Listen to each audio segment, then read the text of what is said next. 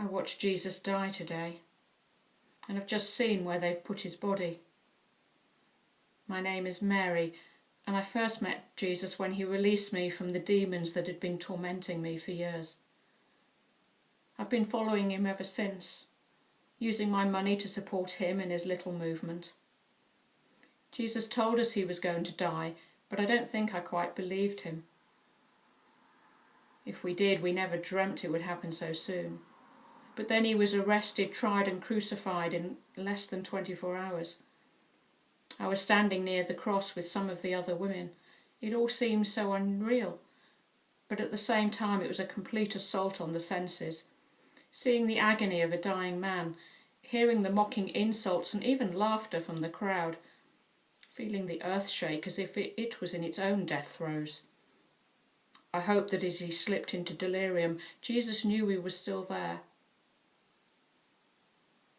People who have been crucified have been known to go on for days. I don't understand why what happened had to happen, but perhaps our Abba Father's final act of mercy for Jesus was to foreshorten his torture, for that's what this Roman punishment of crucifixion is. Torture leading to death. It's certainly not my idea of a death penalty. Our Jewish way of stoning is bad enough. Jesus once questioned whether any of us had the right to cast the first stone, but at least it's over relatively quickly.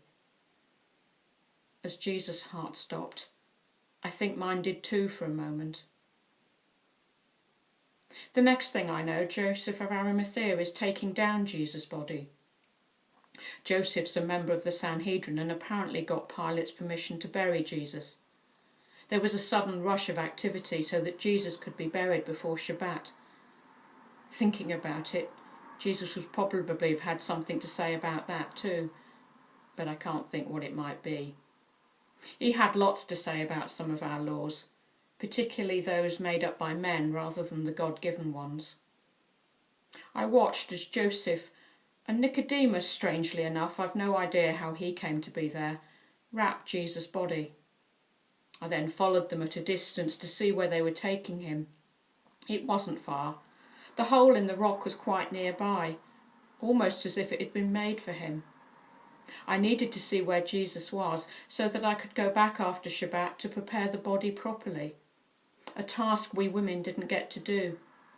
And that's another strange thing. Another woman called Mary. There really are too many of us. I sometimes wish I'd been called something else, even though I'm sometimes known as Magdalene. Well, she anointed Jesus when we were at Simon the leper's house. And Jesus made some comment we didn't understand then, about her anointing him for his burial.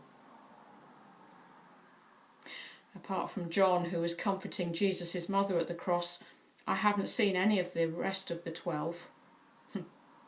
Well, 11 now, I guess. I can't think what led Judas to do what he did in betraying Jesus like that. Some have said it was for money, but there must be more to it than that. I guess we'll never know, but I can't imagine him showing his face around here anytime soon. Jesus told us he was going to rise again in 3 days. I never really understood that either. Didn't want to understand perhaps, but I never questioned it.